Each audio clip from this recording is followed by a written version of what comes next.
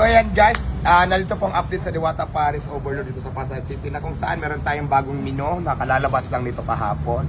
At hindi pa ito napaflash sa mga social media. Kaya naman, tikman naman natin. Ano ba itong bagong menu ni Diwata? Ito po ang Crispy Patas Overload ni Diwata na kung saan talaga namang good for 2 to 3 person. At ang kagandahan dito guys, may libreng dalawang soft drinks at saka naka-underize pa rin po tayo. For only 350. Ano bang kasangkapan ng Crispy Pata? Ito na, papakita ko na sa inyo. Ayan, meron tayong malaking tipak ng lechon kawali. Sobrang laki na niya na. At meron din tayong isang malaking tipak ng flower pot. Sa Tagalog, bulaklak. Tama ba ako? At syempre, meron tayong Crispy Pata. So, ayan. Na napakalutong at napakasarap. At syempre, choice nyo rin yan kung lalagyan natin ng sabaw or hindi. Pero syempre, nasa Diwata Paris tayo. Depende yan sa magiging option nyo. Pwede natin palagyan ng sabaw na ganito. Pwede naman ibukod yung sabaw. Depende yan sa gusto nyo. So, tikman na natin kung gaano kasarap. Kaya ko ba itong kainin lahat? Sa bagay, nandiyan naman si Bay eh. Okay, let's eat na tayo kung gaano kasarap ang Diwata Crispy Pata Overload Pro Max. Lagyan natin ng Pro Max, no? Hindi, Diwata Crispy Pata Overload kasi nga, ayan, plus may dagdag pa na, anong tawag dito? Leeks na isang mangkok. Binigyan ako ng ano, tikman na muna natin. At ang gusto ko kasi dito, kaya ako ng ano, hindi chinapin, may gunting ba dyan? Yan ang gunting para matikman natin. Ano kasi ako, naka-biners kasi ako from Equiset, kaya hindi na talaga siya, hindi na kumakain ng matitigas, baka magtanggalan. So, mamaya, kuha mo tayo ng gunting.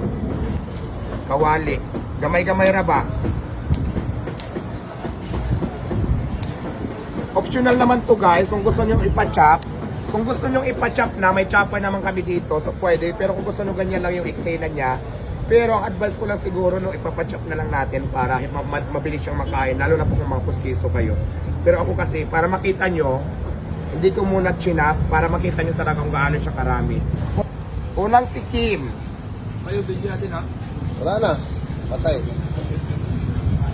Unang tikim natin, siyempre isasawsaw natin sa sausawan with sili, with sibuyas, with pautong-utong.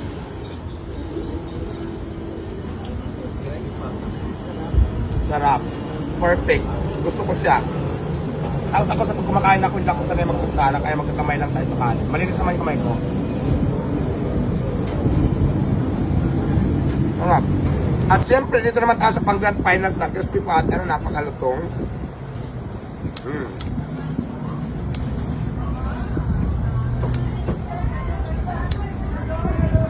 Ano yun? Sino yun? Medyo mating daw impacta dito ang tabak.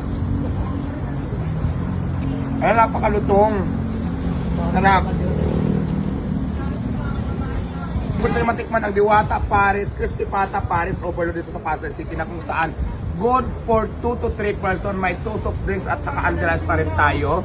Magpunta lang kayo dito na napakasarap. Ayan, napaka-affordable na po yung price natin. For only 350 pesos lamang po. So ito po yung bagong menu natin dito sa Pasay City. Kaya naman, Diyos ko, ang sarap.